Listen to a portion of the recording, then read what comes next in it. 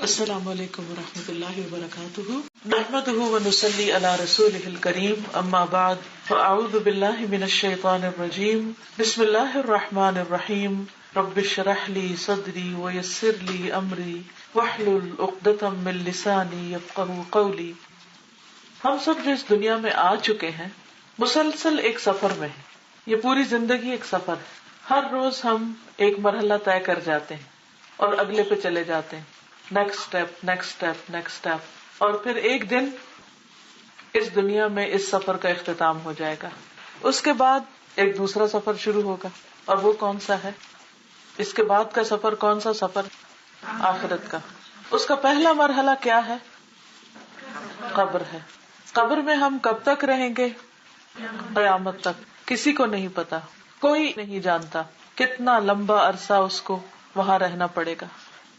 آدم علیہ السلام بھی اپنی قبر میں ہے، نوح علیہ السلام بھی، ابراہیم علیہ السلام بھی، موسیٰ علیہ السلام بھی، اور محمد صلی اللہ علیہ وسلم بھی، اور اس کے بعد جتنے بھی لوگ آئے دنیا میں آج تک، اور ہر روز ان قبروں میں اضافہ ہی ہوتا چلا جا رہا ہے۔ کوئی نہیں جانتا کہ کب تک وہاں رہنا۔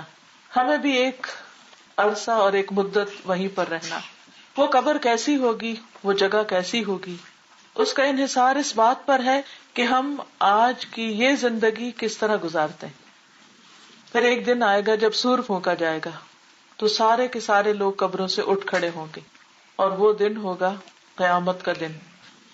کوئی ایک شخص بھی زمین کی کسی تہہ میں چھپا ہوا نہیں رہ جائے گا، سب اٹھ جائیں گے، سب نکل آئیں گے، ایسے جیسے ٹڈیاں اٹھ رہی، اچھل اچھل کے باہر آ رہے ہوں، اور کسی پر کوئی لباس نہیں ہوگا۔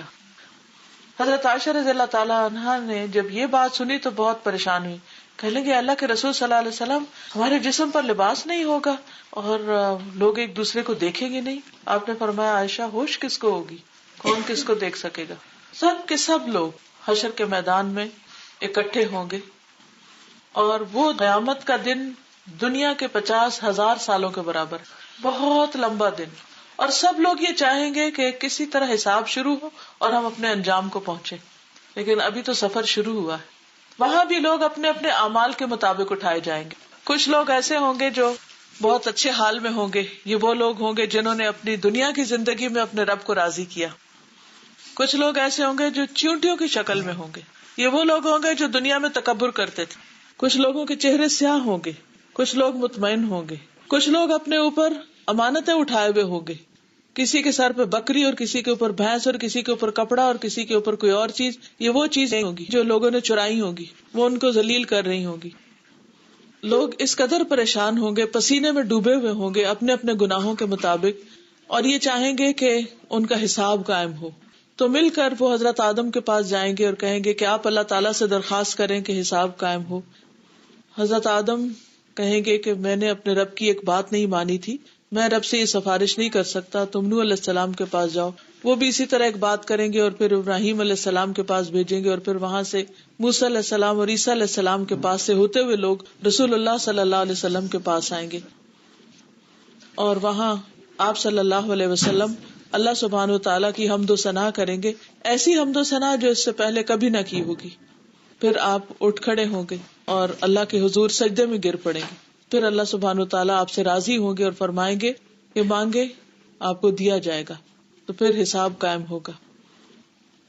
کافروں کا حساب ساری دنیا کے سامنے ہو جائے گا اور ان کو ذلیل و رسوا کر کے سیدھا جہنم میں پھینک دیا جائے گا۔ مومن کے حساب کے وقت اللہ سبحانہ و تعالیٰ اس کو پوری دنیا سے چھپا کر ایک طرف کر کے اس سے پوچھیں گے کہ بتا کیا یہ گناہ تو نے کیے تھے؟ مومن ان کا اقرار کرے گا۔ پھر اللہ تعالیٰ فرمائے گا جیسے میں نے دنیا میں تیرے عیبوں کو لوگوں سے چھپایا، آج بھی تجھے چھپاتا، اور جس کا چاہیں گے حساب لے بھی لیں گے اور اس کی پکڑ بھی ہو جائے گی، اور جس کو چاہیں گے معاف کر دیں گے۔ یعذب من یشاء ویغفر لمن یشاء، جس کو چاہیں گے عذاب دیں گے اور جس کو چاہیں گے معاف کر دیں گے۔ پھر اس کے بعد اگلے مرحلے پر لوگوں کے نامہ اعمال تولے جائیں گے، لوگوں کو اپنی نیکیوں اور برائیوں کا خود پتہ چل جائے گا۔ پھر اس کے بعد لوگ آگے بڑھیں گے اور حوض کوثر آئے گا، نبی صلی اللہ علیہ وسلم کے ہاتھوں پانی پیئیں گے۔ کچھ ایسے لوگ ہوں گے جو روک دیے جائیں گے، آپ تک نہیں آنے دیے جائیں گے، اور کچھ ایسے خوش قسمت ہوں گے کہ جو ایک دفعہ اس حوض سے پانی پیئیں گے تو پورا قیامت کا عرصہ پھر دوبارہ پیاسے نہیں ہوں گے. آپ میں سے کسی کو پتا ہے کہ حوض کا منظر کیا ہے یا حوض کیسا ہوگا؟ اس کا پانی کیسا ہے؟ شہد سے زیادہ میٹھا، دودھ سے زیادہ سفید اور برف سے زیادہ ٹھنڈا. ذرا آپ سوچئے، اتنا ٹھنڈا، اتنا میٹھا اور اتنا سفید کیا بن جائے گا؟ ایسے جیسے ملک شیک ہوتا ہے نا. کسی سخت گرمی کے دن کو یاد کریں کہ آپ کو آئس کریم کھانے کو مل جائے اس دن، کیا ہی مزہ آئے. اور اس حوض کے اوپر جو برتن ہوں گے یا کپس ہوں گے وہ آسمان کے ستاروں کی طرح چمکتے ہوں گے، آؤٹ آف دس ورلڈ جسے ہم کہتے ہیں نا. اور نبی صلی اللہ علیہ وسلم اپنے ہاتھ سے اپنی امت کو پانی دیں گے. لیکن کچھ بد نصیب روک دیے جائیں گے. یہ وہ لوگ ہوں گے جو دنیا میں بدعات کرتے تھے. آپ صلی اللہ علیہ وسلم فرمائیں گے کہ یہ میری امت کے لوگ ہیں، کیونکہ وہ نمازیں پڑھتے تھے، وہ روزے رکھتے تھے، وہ سارے کام کرتے تھے، لیکن اس کے ساتھ ساتھ کچھ ایسے کام کرتے تھے جو آپ صلی اللہ علیہ وسلم نے نہیں کیے تھے، خود سے خود دین میں ایجاد کر لیے. تو جب ان کو روکا جائے گا تو آپ کو بتایا جائے گا کہ آپ کو نہیں معلوم آپ کے بعد انہوں نے دین میں کیسے کیسے نئے کام شروع کر دیے. اب مثال کے طور پر آپ دیکھیں کہ مرنے کے موقع پر لوگ کئی قسم کی بدعات کرتے ہیں جن کی اصل کوئی دین میں نہیں. اب یہ جو برسی 40واں ہے، یہ دین میں تو اس کا کوئی تصور نہیں. نبی صلی اللہ علیہ وسلم نے نہ کسی کی برسی کی، نہ 40واں کیا، اور نہ اس ایک خاص دن کو مخصوص کر کے کوئی صدقہ خیرات کی. میت کی طرف سے کبھی بھی آپ صدقہ کر سکتے ہیں. بہرحال پھر اس کے بعد اگلا مرحلہ ہوگا پل صراط. حوض پل صراط سے پہلے ہے. پل صراط جو ہے یہ بال سے زیادہ باریک، تلوار سے زیادہ تیز، اور یہ جہنم کے اوپر لگایا گیا ہوگا. امیجن کرے کسی بڑے پل کو جو کسی دریا کے اوپر یا نہر کے اوپر لگایا گیا ہو، اور یہ اتنا باریک ہوگا کہ نظر بھی مشکل سے آئے گا. اس کے اوپر بڑے بڑے کانٹے بھی لگے ہوئے ہوں گے جو ان لوگوں کو جو گناہگار ہوں گے ان کو پکڑ کے وہاں سے جہنم میں پھینک دیں گے. اب آپ کہیں گے کہ گناہگار یہاں تک کیسے پہنچ گئے؟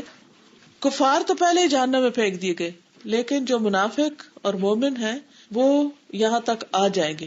بدعت کرنے والے بھی یہیں سے گزریں گے، یعنی حساب ایمان والوں کا رہ جائے گا، باقیوں کا نہیں ہے. باقی تو اپنے انجام کو پہنچ گئے. ادھر پہنچ کر ہر ایک کے پاس صرف اپنی روشنی ہوگی، کوئی کسی کی روشنی نہیں لے سکے گا. کسی کی روشنی دور دور تک جاری ہوگی، نہیں بہت زیادہ روشنی ہوگی کسی کے پاس، اور کسی کے پاس بالکل تھوڑی سی روشنی. تو منافق مومنوں سے کہیں گے کہ ہمیں بھی اپنی روشنی میں سے کچھ دے دو. ارجعوا وراءکم فالتمسوا نورا، پیچھے جاؤ اور اپنا نور تلاش کرو. پھر اس کے بعد امانت اور رشتہ داری، صلہ رحمی، یہ پل صراط کے اوپر ہوں گے. جو لوگ امانت میں خیانت کرتے ہیں وہ بھی گرا دیے جائیں گے اس میں، اور جو رشتے کاٹتے ہیں یعنی خون کے رشتے، ان سے بول چال بند ہے، ان سے سلام دعا ختم ہے، ان سے تعلق ختم ہے، تو وہ بھی وہاں پکڑ لیں گے، آگے نہیں جانے دیں گے. کچھ لوگ آنکھ جھپکنے کی دیر گزر جائیں گے، جتنی دیر میں آپ ایک دفعہ ایسے بلنک کریں اتنی دیر میں پل پار کر جائیں گے. کچھ لوگ بجلی کی رفتار سے بجلی چمکتی ہے نا، کچھ لوگ تیز ہوا کی رفتار سے، کچھ لوگ تیز چلتے بھاگتے اونٹ اور گھوڑوں کی رفتار سے، کچھ لوگ پیدل دوڑنے والے انسانوں کی رفتار سے، اور کچھ لوگ گھسٹ گھسٹ کے زخمی ہو کر ان کانٹوں سے جو وہاں لگے ہوئے ہوں گے آگے پہنچ جائیں گے. اور کچھ لوگ وہیں گرا دیے جائیں گے، یعنی اہل ایمان میں سے بھی کچھ لوگ ہوں گے جو جہنم میں گرا دیے جائیں گے جنہوں نے کبیرہ گناہوں کے ارتکاب کیے ہوں گے. کبیرہ گناہوں میں کیا ہے؟ جیسے سود لینا، ماں باپ کی نافرمانی کرنا، ان کو عزت نہ دینا، ان کے ساتھ بدسلوکی کرنا، ان سے میل جول ختم کرنا، اور بھی بہت سے کبیرہ گناہ ہیں. ایک پوری کتاب امام زاہبی نے لکھی ہے کبیرہ گناہوں کے بارے میں، الکبائر کے نام سے. اس میں انہوں نے پوری لسٹ دی ہوئی کہ کیا کیا چیزیں کبیرہ گناہوں میں آتی ہیں. پھر جب لوگ یہاں سے پار نکل آئیں گے تو ابھی بھی سیدھے جنت میں نہیں جائیں گے، ابھی یہاں سے فارغ ہوں گے تو ایک اور پل آئے گا، قنطرہ. اس پل پر حقوق العباد کا لین دین ہوگا. اب ایک شخص کے پاس ڈھیروں نیکیاں ہوں گی اور دوسرے شخص کے پاس ذرا کم ہوگی، لیکن جو زیادہ نیکی والا نا، اس نے کسی اور کی غیبت کی ہوگی یا اس کا حق نہیں دیا ہوگا یا اس کے ساتھ کوئی زیادتی کی ہوگی، اور وہ بھی جنت میں جا رہا ہے، یہ بھی جا رہا ہے. اب کیا ہوگا؟ اس کی نیکی اس کو دے دی جائے گی، اس کا درجہ اوپر ہو جائے گا، اس کا درجہ نیچے آ جائے گا. آپس کے حقوق کا قصاص لیا جائے گا. تو حقوق العباد کا معاملہ اتنا آسان نہیں ہے. ایسا نہ ہو نیکیاں ہم کمائیں اور لے جائیں کوئی اور. تو صرف اتنا کافی نہیں ہوتا کہ ہم اچھے اچھے کام کریں، ان کو سنبھالنا بھی بڑا ضروری ہوتا ہے. اس معاملے میں بھی بڑی احتیاط کی ضرورت ہے. پھر جب پل پار کریں گے تو پھر آگے جنت کی 120 لائنیں ہوں گی اور اس میں 80 لائنیں امت محمد صلی اللہ علیہ وسلم کی ہوں گی. یعنی سب سے زیادہ تعداد ہماری ہوگی، مسلمانوں کی ہوگی. پھر جنت کا دروازہ اس وقت تک نہیں کھولا جائے گا جب تک نبی صلی اللہ علیہ وسلم نہ پہنچے. جب آپ دروازہ کھٹکھٹائیں گے پھر اس کے بعد دروازہ کھولا جائے گا، پھر سب اندر داخل ہوں گے، بھیڑ لگی بھی ہوگی. لیکن اس کے باوجود جنت میں بہت جگہ ہوگی ابھی، تو اللہ تعالیٰ ایک نئی مخلوق پیدا کریں گے، ان کو جنت میں بسائیں گے، کیونکہ انسانوں کی اکثریت جہنم میں چلی گئی. آدم کی اولاد میں سے ہر 1000 میں سے 999 جہنم میں، ایک خوش قسمت جنت میں. آسان سفر نہیں ہے، جنت بڑی مہنگی جگہ ہے. خوش قسمت لوگ جنت میں پہنچ جائیں گے تو پھر ان کو نہلایا جائے گا، پھر خوشبو کی ہوا چلائی جائے گی، یعنی ان کو معطر کیا جائے گا، پھر ان کو ناشتہ دیا جائے گا، پھر وہ اپنے گھروں میں پہنچیں گے اور ان کے گھر ایسے ہوں گے جو ان کو لگتا ہوگا جیسے ہاں یہ تو ہم پہلے سے جانتے. عرفھا لہم کا لفظ آتا ہے قرآن مجید. پھر متقی لوگ جو ہیں ان کے مقام زیادہ بلند ہوں گے. جنت کے 100 درجے، کوئی اوپر والے درجے میں کوئی نیچے والے درجے میں. پھر کچھ لوگ محمد صلی اللہ علیہ وسلم کی شفاعت سے جہنم سے نکالے جائیں گے، ان کو بھی پل پر لا کر، کنترا پر لا کر ان کو نہلایا دھلایا جائے گا، پھر اندر ڈالا جائے گا. ان کے جسموں پہ جلنے کے نشان نظر آ رہے ہوں گے، تو جنت والے ان کو کہیں گے یہ جہنمیون ہے، یہ وہ لوگ ہیں جو جہنم سے ہو کے پہنچے. پھر اس کے بعد جو اللہ کے مقرب بندے ہوں گے اللہ تعالیٰ ان کو اپنا دیدار کروائیں گے، وہ اللہ کا چہرہ دیکھیں گے. یہ جیسے آ رہا نا تبارک اسم ربک ذو الجلال والاکرام بھی آتا ہے، اور دوسری جگہ آتا ہے وَيَبْقَى وَجْهُ رَبِّكَ ذُو الْجَلَالِ وَالْإِكْرَامِ. جب اللہ تعالیٰ کا چہرہ دیکھیں گے تو انہیں دنیا کی ہر چیز بھول جائے گی، جنت کی ہر چیز بھول جائے گی، اور ان کے چہرے اور زیادہ چمک اٹھیں گے. یعنی صرف اللہ سبحانہ وتعالیٰ کے دیدار سے ان کے چہرے برونق ہو جائیں گے، اور پھر بالآخر ہمیشہ ہمیشہ کے لیے وہ جنت میں رہیں گے. موت کو لا کر جنت اور جہنم کے بیچ میں ذبح کر دیا جائے گا اور اعلان کر دیا جائے گا کہ اے جہنمیوں اب تم ہمیشہ یہاں رہو گے، اور اے جنتیوں تم ہمیشہ یہاں رہو گے. پھر اصل زندگی شروع ہوگی، eternal life for ever and ever and ever. وہ ہے گھر، یہاں ٹرانزٹ میں ہے، یہاں صرف عمل کرنے کے لیے آئے، یہاں کمائی کرنے کے لیے آئے، رہنے کی جگہ وہ ہے. لیکن ہم میں سے ہر شخص دنیا میں جنت کی تلاش میں ہے. وہ سمجھتا ہے کہ زیادہ سے زیادہ نعمتیں چیزیں اکٹھی کر کے یہاں ہم جنت بنا لیں، لیکن یہاں جنت نہیں ہے. جنت اللہ نے آخرت میں رکھی، اور اس جنت کی تلاش میں وہ آخرت کی جنت کو بھول جاتا ہے اور اپنی ساری انرجیز اور اپنا سارا کچھ دنیا کمانے کے پیچھے اس طرح لگا دیتا ہے، دنیا کے پیچھے بھاگنے میں اس طرح کھپا دیتا ہے کہ ایک دن دنیا سے اسی حال میں رخصت ہو جاتا ہے. اور جس اولاد اور جن چیزوں کے لیے اس نے یہ ساری محنت کی ہوتی ہے وہ اس سے ہمیشہ کے لیے جدا ہو جاتی ہے، ہمیشہ کی جدائیاں پڑ جاتی، کیونکہ زندگی اللہ کی نافرمانی میں گزری. الاخلاء یومئذ بعضهم لبعض عدو الا المتقون.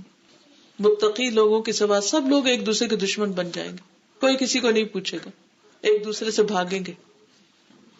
تو اس لیے بے حد ضروری ہے کہ ہم سب یہ سفر جس میں ہم پڑ چکے ہیں اس سفر کو سوچ سمجھ کے گزارے، تاکہ جب منزل پہ پہنچے تو خوش ہو جائے. اللہ تعالیٰ سے دعا ہے کہ ہمارا یہ سفر بہت عمدہ کر دے اور ہمارا انجام بہت اچھا کر دے. اللہ تعالیٰ آپ سب کو بہترین جزائے خیر دے جو رات کے اس وقت میں یہاں پر آئے گھر بار کو چھوڑ کر اور ہمارے ساتھ وقت گزارا. اللہ تعالیٰ ہم سب کا آنا بیٹھنا پڑھنا سیکھنا قبول کرے، واقعی ہمیں ہمارے نفس کے شر سے بچائے اور ہمیں اپنی رضا کے کاموں کی توفیق عطا فرمائے. وآخر دعوانا الحمدللہ رب العالمین. السلام علیکم. ایک کوشچن جو ہمارے بچے جو پیدا ہوئے ڈسیبل تھے، معذور تھے، ان کا حساب کیسے ہوگا؟ ان کا حساب نہیں ہوگا، نہیں ہوگا، بالکل نہیں ہوگا. ان کا بھی نہیں ہوگا. اور جو بڑا ہو کر جیسے کسی کی آنکھیں چلی جاتی ہیں اور ڈسیبل ہو گیا تو اللہ تعالیٰ نے اس کے لیے بھی جنت لکھ دی ہے، بس شرط ہے کہ صبر کریں.